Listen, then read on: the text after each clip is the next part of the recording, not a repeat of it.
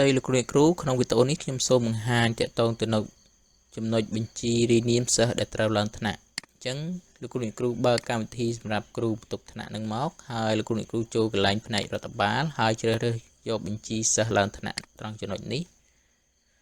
បន្តមកទៀតលោកគ្រូអាចធ្វើការចុចត្រង់ចំណុចឈ្មោះសិស្សហ្នឹងហើយលោកគ្រូអាចរើសឈ្មោះសិស្សបន្ថែមបានពេលដែលលោកគ្រូរើសឈ្មោះសិស្សតាក់ទងនឹងភេទថ្ងៃខែឆ្នាំកំណើតទីកន្លែងកំណើតនេះនឹងដំណើរការស្វ័យប្រវត្តិក្នុងករណីដែលមានសិស្សធ្លាក់លោកគ្រូអាចធ្វើការ select ឈ្មោះសិស្ស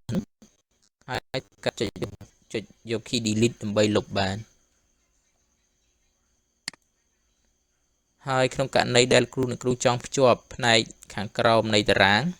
ផ្ទុយតារាងទៅនឹង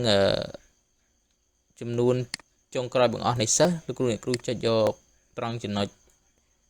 លាក់ក្រឡានឹងមកហើយករណីមានសិស្សបន្ថែមគ្រូអាចបង្ហាញក្រឡាវិញមកហើយលោកគ្រូក៏អាចបញ្ចូលត្រានៅខាងផ្នែកខាងក្រោមនឹងបានផងដែរ